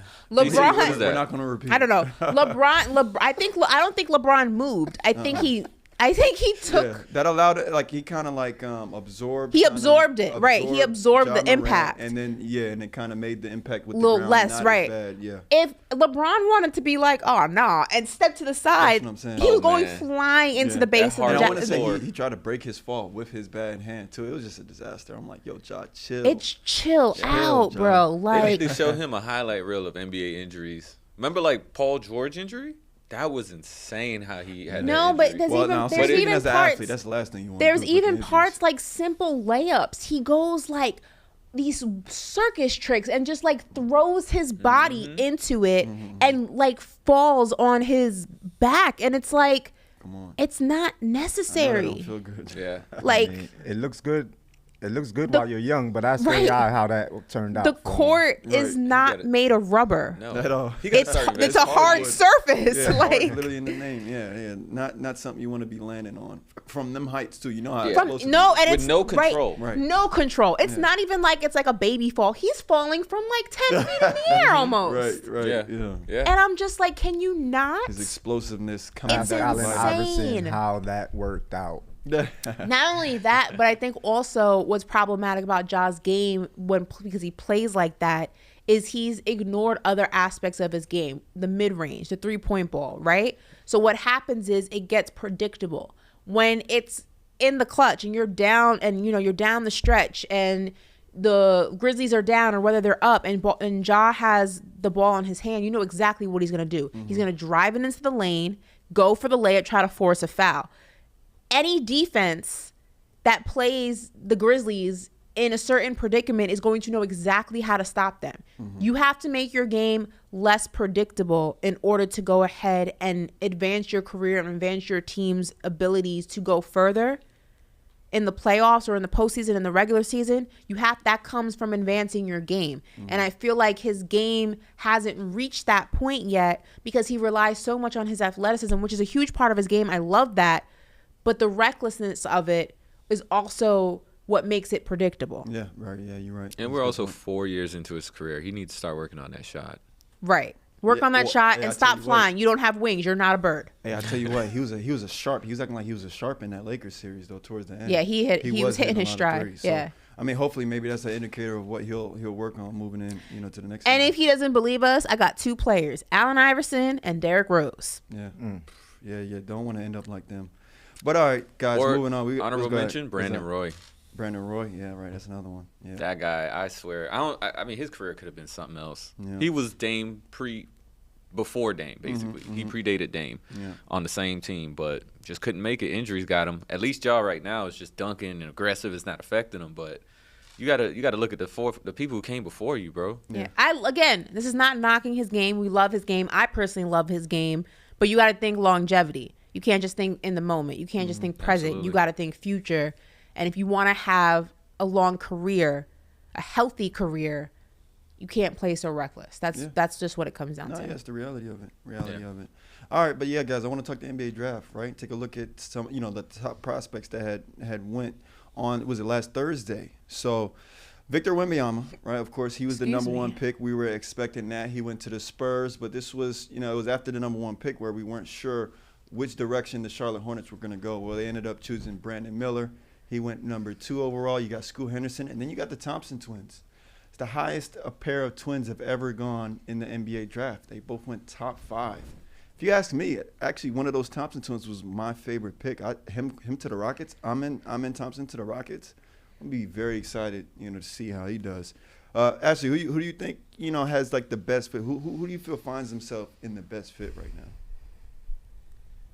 Like, are we talking immediate impact, or are we just talking just in general best fit? Let's talk about best fit, and then we could say, who would make the most immediate impact. Best fit. I think that Wemby obviously is an incredible position. He has Popovich, one of the GOAT coaches. Mm-hmm. He's part of an organization that is known for molding international talent and turning them into NBA stars, legends, Hall of Famers. Yep. He also is in an environment where he's not going to have to play in a New York or in LA. While they may get a lot more national games than we've ever seen before, mm-hmm. It's still San Antonio. It's still a small market. They're a little bit more patient than, say, the New York Knicks. Right. Mm-hmm. He's beneficial there. I will say that Asar Thompson. Yeah. Also, Detroit has a nice little squad. Monty Williams, big fan of Monty. They have a dope squad in Detroit, a bunch of young guys that are still being molded. I think that in a couple of years, we're going to be talking a lot about this team. Mm-hmm. I do think that Monty can take this team, play-in team, maybe low seed playoff team, depending on health and things like that. That's a great situation. I'm going to say Scoot Henderson, great situation in Portland if Dame stays. I think that they also have a nice young core of guys. Dame's going to provide that veteran leadership. I think the two of them playing together will be really, really fun to watch. Yeah. Not so crazy about the Houston Rockets. I think that they're going to be in a little bit of a weird situation, at least this season. Brandon Miller, I'm also on the fence with this. I think obviously him and LaMelo will be fun. But the team as a whole, I don't really think that this is a good team. I think this is a team that needs a lot of fine-tuning. They're also changing of the guard in terms of ownership. Mm-hmm. That could always be tough. Yeah. So if I had to, out of these 5, my favorites are Victor, Asar, and Scoot, I think are in the best situations. Yeah. And now if we talk about like who's going to make the largest impact, I know you made the point there that, Scoot and Dame would be a good fit, but you got to imagine if Dame ends up parting ways with the Portland Trailblazers, I think Scoot's going to have to make the biggest impact of all of these guys, because I think he'll have like the biggest weight on his shoulders as far as what he'll have to, what he'll have to do. I'd say between him and Victor, on who's going to make the biggest impact. Who would you say is going to make the biggest impact though, right away? I would agree with that. It's either Victor or Scoot. I mean, obviously Victor's going to make the biggest impact, but I mean, outside of him, I don't think I could name like. And what's his name? Jeremy. What's with the hair? You talking about a draft pick, or are you talking No. On the Spurs right now. What's with the hair? What's his name? Something with an S. Sherman. Yes, there you go. Out of those two, I can't name another player on the Spurs. Can you? I can. Vassell, he's pretty good, and there's another guard who's really good. Their backcourt is pretty good actually. But like, they're not a team that like. They're not household names, right? Yet, so like, when I say impact, I mean he's gonna make the team better. Yeah. But when I think of an immediate impact, I'm also thinking of a player who's going to make the team a playoff contender. I got you. And for me, it's really. Yeah. I think I'm going Scoot. In that retrospect, I'm going Scoot. Mm-hmm. Yeah, I think he could turn his team into a contender for sure. Yeah. Yeah. And it's funny. We actually got a video too. Who kind of hinted at it earlier about somebody's GOAT being Paul George. We have a video. The GOAT? Yeah, we have a video of several. Hey, listen, when he comes to the Knicks, he's going to be my GOAT too. I feel you, Brandon. So we got a clip where several of like the lottery picks all chose who their GOATs were. We got to take a look at it. It was pretty cool. On that beat, okay. When a man on that beat, okay. All right. First question, Bron or Jordan? Bron. I'd say LeBron. LeBron. All right. It's a great answer comparing what we've seen on the news. My go-to basketball is Paul George. Okay. I've been making it clear here lately that my GOAT was Paul George. I don't blame you. I like that. You sticking with your answer. Jordan or LeBron? LeBron or Jordan? LeBron. LeBron. Bron. Jordan or LeBron? Jordan, easy money. LeBron or Jordan? Jordan. I'm a product of your time, so I'm going to go LeBron. Woo! Now, look, I mean, this is respectable, but, like, I think it's crazy that it took 4 people until somebody said Jordan. I think that's really wild. It's all not. respect to LeBron. Corey. What's up? Remember who my GOAT is? Who is LeBron? Oh, my God. So Remember LeBron when is your GOAT? Andre Drummond was here. He asked me. Yeah. That's my GOAT, Oh, bro. yeah, that is what you said. That is what you said. Come on. I mean, hey, join the times, bro. I think it's crazy that it was a landslide like that. 8-3 or 8-4? What's so crazy about it? What do you think they're judging off of, more or less? It's impact. It's it's the not, I wouldn't even say the number of championships. It's the way he won those championships, right? Like there's no comparison. 2 3-peats. There's no comparison. And he retired. Yeah, and came back. Came back. Right? No, like I get that. I don't think there was anybody who dominated a period of time the way Michael Jordan did. I feel like there's a 55, 60-year-old out there. And if we're going to be honest, he could have probably won like 7 in a row if he didn't retire. Yeah, exactly. But again, I think it's generational. Like it's not generational. No, it's like a 60-year-old out it's there. Not that's generational. like Bill Russell will do anything to Michael No, it's not Jordan. even 60-year-olds. No, it's Michael Jordan. Damn, it's man, not generational. Like and I hate when people are like, I'm a product of my time. No, like I didn't need to watch Jordan play to know that he's the GOAT. Yeah. You know what I mean? If you understand basketball, if you understand the history, there's a difference between the GOAT and your GOAT. No. I make this difference all the time. I know when somebody asks me who is the GOAT, it's Michael Jordan. I know the history of basketball. This man has 6 championships, 2 3-peats. He retired, came back, and did it again. He won, what was it? Offensive Player of the Year and Defensive Player of the Year in the same year. I mean, he is not even, let's not even talk about how he changed the game between athletes and sneaker deals. I mean, the list goes on and on. It's Michael Jordan. But when someone asks me who my GOAT is, it's Kobe Bean Bryant because I watched him play his entire career. I'm too young to watch Jordan play. I was a baby when he was playing. So I can't speak to his legacy and his greatness in real time.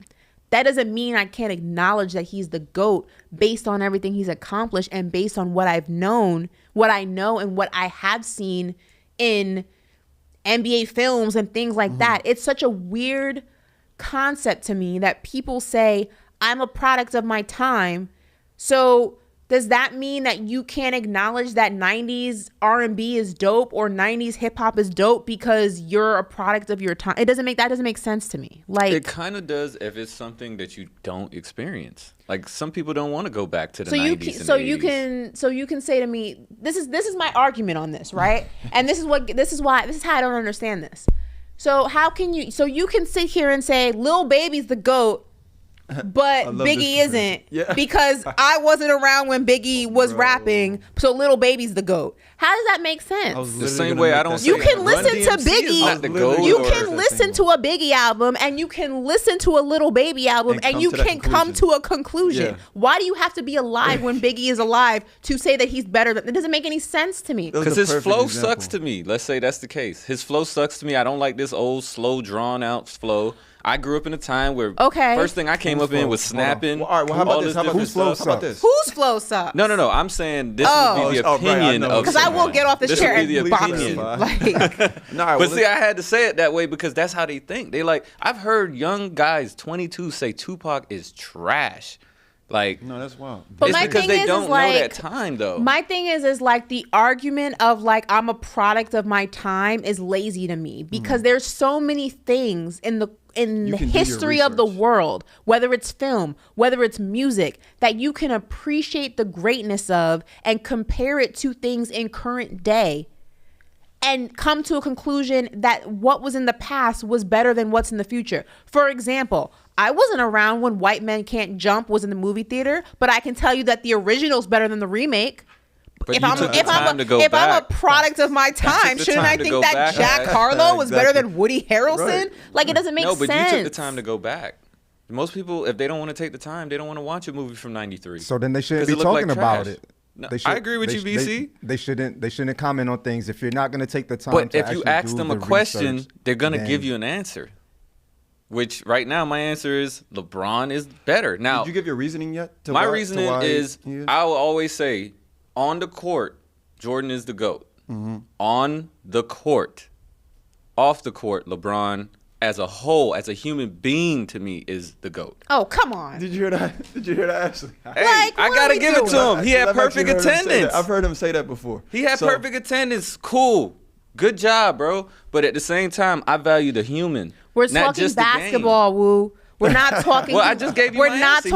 We're not talking about philanthropy. We're not talking about humanitarianism. We're not talking about any of that. We're talking about the court, the hardwood. When it comes to the game of basketball, Jordan, LeBron, who's the GOAT? Paul Jordan. No, I'm just playing. Jordan. That's all it is. That's it. Like, we don't need to factor in LeBron's a better businessman and LeBron has more commercials. But that's because you don't need to. We are talking about. I gotta respect the human. We're talking about to still get that off. I gotta respect the human. We're talking about X's and O's. We're talking about hardware. We're talking about the ball. We're talking about the basket. We're talking about championships.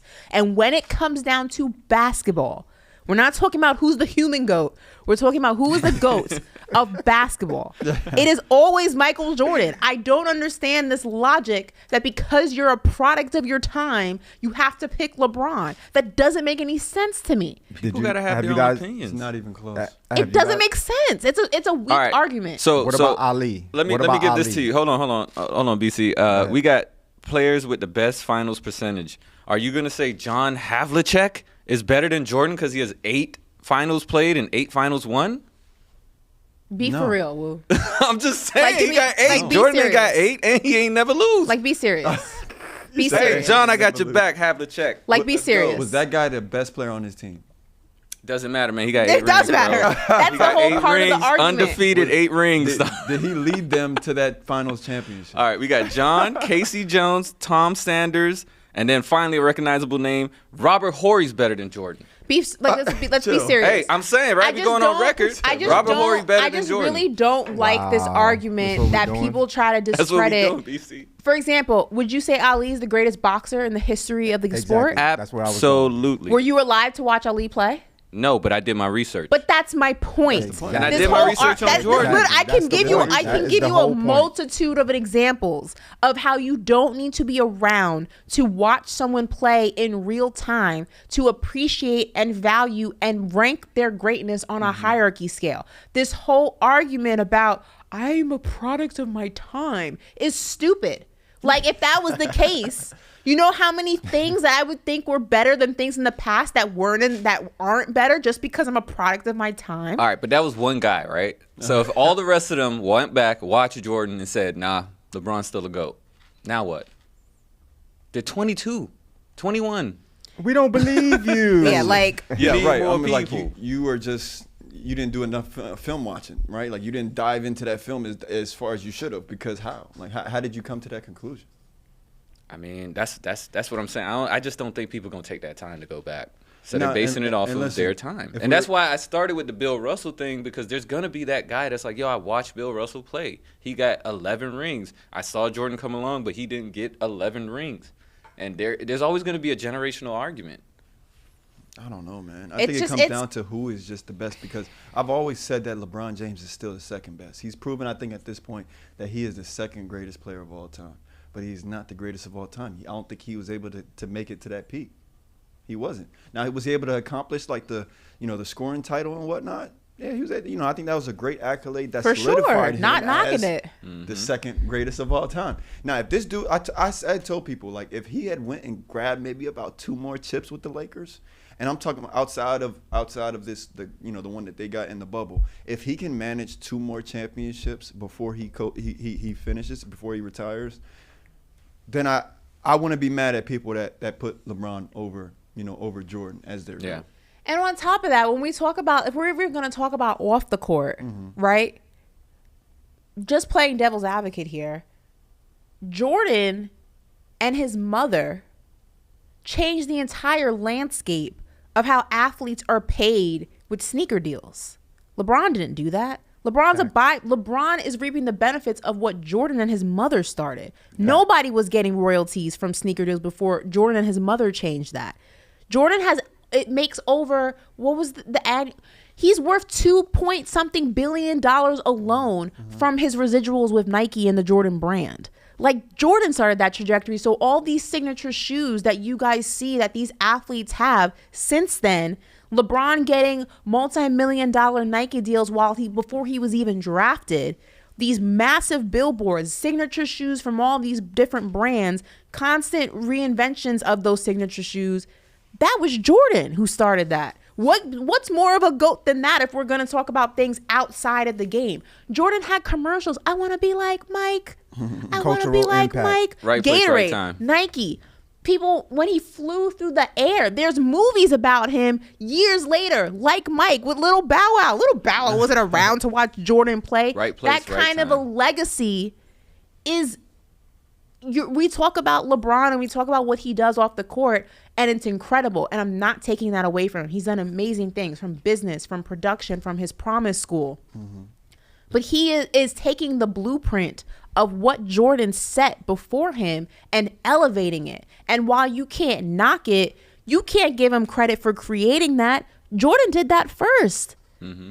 It was Jordan who was in commercials with Spike Lee and the Mars bars. Mm-hmm. It was Jordan who was in Space Jam. It was Jordan who had kids who were singing, I want to be like Mike. It was Jordan who changed the landscape of what basketball shoes look like. Mm-hmm. And I'm not taking away from what LeBron has done. But he has taken a blueprint that Jordan started and he has ran with it and elevated it and changed it for the modern athlete, which has been incredible. But you can't give him the GOAT for that. Jordan was the GOAT for he was the first of his kind to do that. I don't understand how people can take that from him. I can take it away because easily I think Magic Johnson almost became the first Nike candidate. But he didn't. He didn't. But I'm just saying, right place, right time. So Jordan, I think, obviously the game plays a role. He plays a role, the game. But what if, let's say, they would have been like, hey, Isaiah Thomas, we want to give you this Nike deal, and Jordan just continues to play, but he never gets that great shoe or something. All I'm saying is different. I think he was right place, right time. What do you mean by right place, right time? Meaning, like, there had never been that era of shoes before. So he came up in a time when they were developing a shoe to garner to the game that then went on to obviously create multiple shoes. Like Converse was a big one back then. Converse was the biggest shoe. They had Jordan. They had Bird. And then you had Adidas. But if Jordan came around in 2010, that wasn't possible. That's what I'm saying. But I also think it's unfair to say right place, right time, because if Jordan was not good, if Jordan wasn't the GOAT, right. If Jordan wasn't the best player in the NBA, you think Nike's giving him a signature shoe deal? He earned that opportunity. For that reason, why wasn't Charles Barkley the face of Nike? Right. There was a whole bunch of greats before. You know what I mean? There were a bunch of great players who had sneaker deals, but Jordan was the greatest. Jordan was the one everyone wanted to be. Jordan changed what it meant to be a basketball player. Jordan changed what it meant to play basketball at the parks. When you watch his commercials, it made you feel differently than it did when you saw Bird, when you saw Magic. Not taking away from those guys, but if he wasn't the best, if he wasn't the greatest, none of this is possible. Yeah. It's because of what he did on the court of being the greatest of all time that all of this is possible, and everyone's been able to follow that blueprint since. I still think there's somebody else could have came along. No way. Don't convince me. What? Don't convince me. I think the game was still ever evolving. Go BC. Yeah, like... One second. I don't have to point out anybody. The game has continuously gotten better since the beginning. Somebody would have came along, got a Nike deal, and basically, if it wasn't Jordan, it would have probably been other people who came along, multiple people, and it wouldn't have been this whole Jordan era. Oh man, that's all. Wow. Call it cap what you want. But what you're saying, but you contradicted yourself when you just said that. Yeah, someone else could have came along and got a sneaker deal from Nike, but it wouldn't have been the same impact. Yeah, because I think his impact. As a trajectory, like from Jordan 1, I'll give him credit, all the way up to about 13. That's the realm I like. But like the designers and his game, it was the best combination. But his game was the big chunk of the reason the Jordan 1 did well in the first place. Exactly. Let's say Tim Hardaway had gotten the Air Jordan 1s or whatever, right? They wouldn't have been the Air Jordan 1. No, the design. The design, I'm saying. So it would have been like Air pennies? Nike won. It would have just been Nike won. You just brought up. Did you say Penny Hardaway? No, I didn't say Penny. Who'd you say? Tim Hardaway. Tim Hardaway. Oh, I thought I heard Hardaway. But let's say his career starts to do that trajectory, and then Nike's making these sales, and they continue to have the same designer, and they go on to another person and give them Jordan 2. What would be Jordan 2? The shoe. Like, I'm just saying that, like, his game combined with the designers of Nike and the time. Are you doing drugs over there in the corner, Woo? What? Are you doing drugs over there in the corner? No, I'm not. Somebody in the chat said, "Yo, like, are you doing lines over there? Like, what's actually going? Like, I'm gonna stop because I feel like everybody is attached to their nostalgia. It's not the nostalgia. I hear what you're saying. Yes, the divine universe of it all. I think y'all all attached to nostalgia. But Jordan, I don't know, man. The Jordan 1 and that whole division of Nike does not become relevant in the basketball space. Remember, Nike was a running company. Nike made shoes. If you watch the movie Air, Nike made shoes for running. Like, they were an athletic company for runners. They didn't have the same wherewithal. They didn't have the same gravitas in the basketball space like those other companies did. Jordan took them and put them on the map. That's the reason why LeBron has a Nike deal. That's the reason why the LeBrons exist. That's the reason why KD's exist. That's the reason why Kyrie's exist. It's because of Jordan. He's the blueprint that has allowed all these other athletes, with Nike specifically, but across the board, truthfully, to not only have signature shoe deals, but to reap the benefits of those sales. So I hear what you're saying. It could have been another athlete. Sure, Nike could have offered a basketball shoe deal to Joe Schmo from Arkansas, who was the next big draft pick, but it wouldn't have been Michael Jordan, and it wouldn't have had the same impact. So I don't know how you think that. That's crazy. All right. Listen, I'm reading the chat. Hey, man, I still love y'all, man. Y'all ain't got to like my opinion. Hey, you listen, Jordan, I'm going to die on this hill for you, bro. Don't worry. Right, nah, for real. Me too. Hey, I just ordered some Jordans last night. So which ones did you get? Some bread fours. I had to get some bread fours. I had. You hear what you hear that when you say bread fours? You hear the way everyone's just like goes, ooh. Those are classic. Except for Woo, he hating in the corner. Hey, I'm gonna hate in the corner, man. I just want to know how many kids signed up for LeBron's school this year. That's all. Who in the corner? I got more important things to deal with than shoes. That's all I'm saying. That's crazy. Hey, listen, you're listening to Paper Route on Faction Talk, Sirius XM channel 103, or you're watching us live on YouTube right now. Listen, Ashley, how about we build our ultimate quarterbacks? Sure. So with this, guys, what we're going to do is we're going to take active quarterbacks right now, and we're going to choose a quarterback who we feel as though has the best mind, right? Who can read a defense and make the right choices and whatnot. We're going to take a quarterback that has an arm that's ideal. We're going to take a quarterback with a certain body type, and then we're also going to choose a quarterback's legs, and we're going to create an ultimate quarterback. So, Ashley, we want to give the people your ultimate quarterback right now? Sure. It's going to look a little crazy. This is going to be fun. This is not physically attractive. But I took the best pieces of, oh, wow, this is kind of nuts. That's a wild throw. Hey, it would be a good quarterback, though. I know, but just physically speaking, it doesn't look great. I'm taking Patrick Mahomes' mind. I think his field vision and just his awareness is just God-given. It's natural. I mean, this is a guy who said after he won the Super Bowl that he didn't watch film. Mm-hmm. So everything he did out there was just in his head and just in his body, instinct. I don't think that you can get better than that. Arm, Aaron Rodgers, one of the greatest passers of the football we have ever seen. Torso, Justin Herbert, 6'6", athletic, lean, allows him to be able to be elusive through defenders, allows him to be quick. Also, it was between him and Trevor Lawrence. I took Justin Herbert because he is about 15 pounds heavier than I think Trevor Lawrence. I think Trevor Lawrence, I want to say, is 220. I think Justin Herbert is 236. You guys can fact check me on that. Who you searching up? Who? I'll search up the other one. Justin. So he's tall, allows him also to see over his offensive line, get good passes off as well. And then how tall? I mean, 6'6", 237. 237? And Lawrence is 6'6", 220. Yeah, so I was about right. I said 15-pound difference, 17-pound difference. Mm-hmm. And then last but not least, Dak Prescott with his legs. Now, not speaking in terms of speed, but Dak has really strong legs, really strong thighs. And if you notice, it's very hard to bring him down because of it. He's able to go ahead and keep himself up to figure out last minute options with that football, whether it's to throw it away or give somebody enough time to get open. Very strong strength in his legs. Not the quickest quarterback, but I was looking. Dak Prescott's legs. Heard you. I was looking at it. I was wondering why she chose that, but she explained I was looking at it in terms of strength, not so much in terms of speed. Got you. So my quarterback clearly is going to be more of a pocket passer, more of somebody, a quick scrambler. He's not going to be a quarterback who's going to be able to run great distances.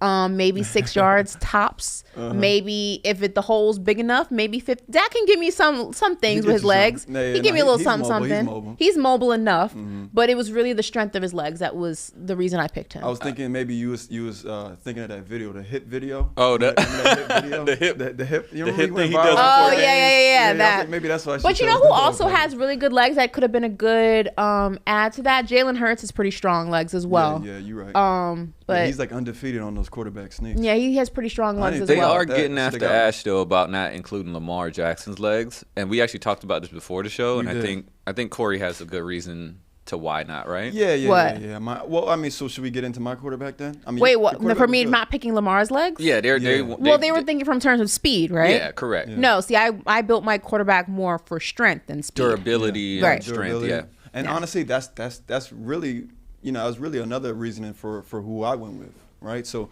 so we got my quarterback. We got my ultimate quarterback. I'll go through mine real quick.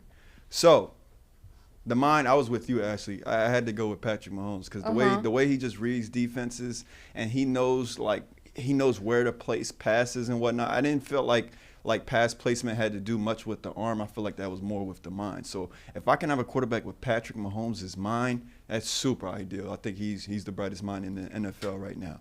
Arm, I want Justin Herbert. That was a good point, right? To maybe consider Justin Herbert for his body type. But Justin Herbert can throw the ball 80 yards. So I needed Justin Herbert for the arm. The arm talent is incredible there. So I got Patrick Mahomes' mind, Justin Herbert arm. I wanted Josh Allen's body type. 6'5", 237. That's a big dude. That's like Justin Herbert for me. Yeah. Josh Allen running you over. And let's not to mention Justin Fields' legs. So can you imagine this body, right? A Josh Allen body type, but could run like Justin Fields? That quarterback running straight through you. Well, if you wanted a running quarterback, why didn't you take Lamar's legs? This was my logic. So Justin Fields, he's like a power runner, right? But he's fast. We know that too. He runs I think he ran like a 4.4 at the combine. I'd have to fact check that. But he's a dude. I mean, he had games last year. He had back-to-back 200 yards rushing. And we hadn't seen Lamar Jackson rush for as many yards as Justin Fields did. People forget about that. Justin Fields ran for, I think, let me. I don't want to throw out the wrong number. I think it was 1,400 yards, right? 4.44. That was his 40. What? Oh, yeah. That's what I'm saying. He's a 4.4 runner. And how many yards did he run for last year? I want to say he set the record for rushing yards as a quarterback in the NFL, actually. Rushing? That I know. But I just don't know what the exact number was. So if you give me a quarterback with Justin Fields. Wow. Yeah, what was it? Wow. So I have to mention his first year, he had 420 yards off of 72 attempts. Second year, 1,143 yards off of 160. How many touchdowns, too? 8. That dude, that's crazy for a quarterback. He's making it happen with his legs. You know what I'm saying? And he's had 1,200 yards. And he's stockier. He's stockier than Lamar Jackson. Now, I thought, it'd be everyone's immediate thought to choose Lamar Jackson's legs, obviously, because he's probably the fastest quarterback. Right. But no, I'm like, give me Justin Fields. That's a quarterback that's going to give you some problems. And just for comparison, Lamar had 764 yards last year. So he 400, almost 400 He was hurt, though. So that's true. That's true. Yeah, I give him that. 12 games out of 17. So, yeah, for sure. But there's our ultimate quarterback. Well, I guess, the matter is which quarterback wins. Yeah. Who you got? Who you? Which quarterback you going with? Who? Throw them up again, BC. Let me just see one more time. They're both good quarterbacks, though. Last night. Justin Herbert, Josh Allen, Justin Fields. Because y'all got the same mind. Let me see the second one. Let me see Ashley's pick. Aaron Rodgers, Justin Herbert, torso. I was considering Aaron Rodgers, though, because he got a rocket, too. I'm more a traditional quarterback, so I might go with Ashley's. I don't necessarily need my quarterback to run as much. And I'd probably say the combination of Mahomes and Aaron Rodgers is pretty sick. Like for the arm strength and also and the mind. Yeah, I know you combine those two. Because then, I mean, like if you think about it, if you're not running and you got a great O-line, the other two don't really even count. So I need that mind and that arm. Rodgers is hella accurate. That's what I'm saying. So, yeah, one of the greatest passes of football we've seen. Yeah, I might give you that. I know people aren't going to pick me because chat. Go ahead and let us know which quarterback you like, my quarterback or Corey's quarterback. I feel like Corey's quarterback is going to win solely because I picked Dak Prescott and people hate the Dallas Cowboys. So whatever. RS Morrow said, "Great QB, Corey. I can rock with that." So we're gonna see. Look, I already got one. Marcus said, "I'm taking Corey because she picked Dak." You see that? It's just like. Can we get the Dak hate out your heart and just pick the quarterback that you think would win more games? Just, Daniel Jones. So, yeah. All right, put it this way. Yeah, your quarterback, that might be a good point. Your quarterback might mess around and win more games, but my quarterback put up stats. Okay, but stats don't win chips, do they? It don't. Ashley, what you know about chips? Chips? Ashley, what you know about chips? I don't know. I got 5 of them. What you know about chips? Don't do that to me. My team. Count them up. 1, 2, 3, 4, 5. How many do you have? 1, 4. Did you get one 4? This century? I did. Giants get one every decade. I don't know if you did this century, actually. No, this century. Century's 100, right? Yeah. Yeah. I don't know about in this century. But I think that's a wrap, guys. Yeah, I'm losing solely because of Dak, but I'll die on that hill. Yeah, so I want to continue to hear who people think got the best quarterback, though, and then maybe we can get Brandon to do his eventually. Eventually? Yeah. When he returns. But all right, Ashley, you can send the people off. All right, guys. Thank you guys so much. Do we have any special guests joining us tomorrow that I can preview? What's going on tomorrow? I believe we do. We got Teron Armstead on. Oh, very exciting. Okay, so you guys don't want to miss that. We'll have more basketball talk, more relationship talk, more getting at Andrew's absolutely crazy take about LeBron versus Jordan and everything in between. Thank you guys so much for rocking with us on this lovely Monday. Have an incredible rest of your day. If you are in the South, if you're in the 305, stay cool, stay hydrated. This heat wave is no joke. And we'll see you guys back here tomorrow. Peace. Adios.